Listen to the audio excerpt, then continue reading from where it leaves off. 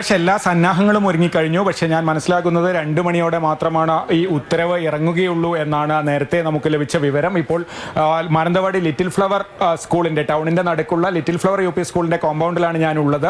അവിടെയാണ് കുങ്കിയാനകൾ ഉള്ളത്. ഒരാനയെ ഇവിടെ നിന്ന് മറ്റൊരിടത്തേക്ക് കൊണ്ടുപോകുന്നുണ്ട്.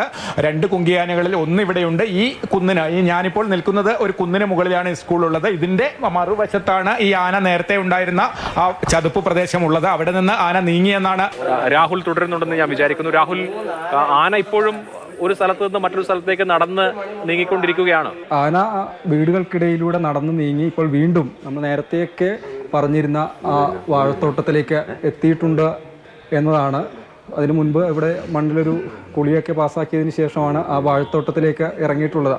ഇവിടെ തൊട്ടടുത്ത് വീടുണ്ട്. ഏതായാലും വലിയ കനത്ത ചൂട് തന്നെയാണ് അനുഭവപ്പെട്ടുകൊണ്ടിരിക്കുന്നത്. ഡയറക്ടർ റോഡിലൂടെയാണ് ആന നടന്നു വന്നത്. അതിനുശേഷം ആ വാഴത്തോട്ടത്തിലേക്ക് പോയിരിക്കുന്നു എന്നത് ഇപ്പോൾ ഈ ഒരു ഘട്ടത്തിൽ ആശ്വാസം നൽകുന്ന കാര്യമാണ്. ചേട്ടാ, ഈ എല്ലാ വീടുകൾക്കിടയിലൂടെയാണ് ഇത് നടന്നു വന്നത്. വലിയ ആശങ്കപ്പെടുത്തുന്ന ഒരു സാഹചര്യമായിരുന്നല്ലോ. അതെ അതെ, തീർച്ചയായിട്ടും. അത് ഈ മാനന്തവാടി മുനിസിപ്പാലിറ്റീൻ്റെ ചുറ്റുമുള്ള ഒരു നടുക്കുള്ള ഒരു പ്രദേശമാണിത്, ഈ ചതുപ്പ് പ്രദേശമാണ്. എന്തായാലും ദൈവം സഹായിച്ച് വേറെ മറ്റ് അനിഷ്ട സംഭവങ്ങളില്ലാതെ ആന ഇവിടെ കേന്ദ്രീകരിച്ച് എത്രയും പെട്ടെന്ന് വനം വകുപ്പ് ഇതുമായിട്ട് ബന്ധപ്പെട്ട് അതിനെ പിടിക്കാനുള്ള സൗകര്യം ചെയ്യാൻ പറ്റുന്ന ഒരു ഏരിയയും കൂടിയാണിത്. എത്രയും പെട്ടെന്ന് പിടിച്ചില്ലെങ്കിൽ ഇത് പുറം പ്രദേശത്തേക്ക് പോയി കഴിഞ്ഞാൽ, ടൗൺ പ്രദേശത്തേക്ക് ഇറങ്ങിക്കഴിഞ്ഞാൽ ഭീകരമായി നമ്മൾ ചിന്തിക്കുന്നതിൻ്റെ അപ്പുറത്തേക്ക് കാര്യങ്ങൾ നടക്കുന്നതാണ്.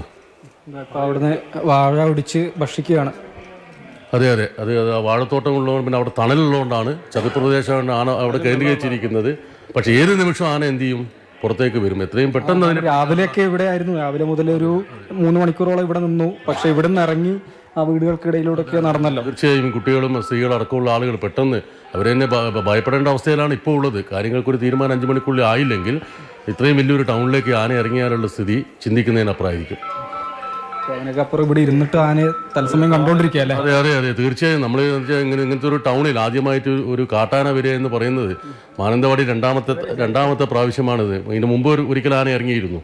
ഇത് 2ാമത്തെ പ്രാവശ്യമാണ് ഈ കാട്ടാന ഇറങ്ങിയിരിക്കുന്നത്. വന്യജീവികൾ ഇങ്ങനെ നിരന്തരം മുമ്പൊരു വർഷങ്ങൾക്ക് എൻ്റെയൊക്കെ ചെറുപ്പകാലത്ത് 90 കാലത്ത് ഇറങ്ങിയിരുന്നു.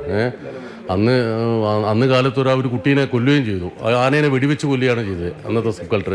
പക്ഷേ ഇതൊരു തീരുമാനമാകുന്നില്ല. ഇത് 6 മണി മുതൽ രാവിലെ ഇവിടെ ഈ ആന ഇറങ്ങിയിട്ട് ഉദ്യോഗസ്ഥന്മാരാകട്ടെ ജനങ്ങളെ നിയന്ത്രിക്കാനോ അല്ലെങ്കിൽ ഗതാഗതം തിരിച്ചുവിടാനോ ഒരു അവസാനം ജനങ്ങളുടെ ഭാഗത്തു നിന്ന് പ്രക്ഷോഭങ്ങൾ ആരംഭിച്ച സമയത്താണ് പോലീസുകാരായാലും ഫോറസ്റ്റുകാരായാലും ഒരു തീരുമാനത്തിലേക്ക് വന്നത്. ഇപ്പം തീരുമാനം വന്നു എന്ന് പറയുന്നതല്ലാതെ യാതൊരുവിധ നടപടിയും ആയിട്ടില്ല.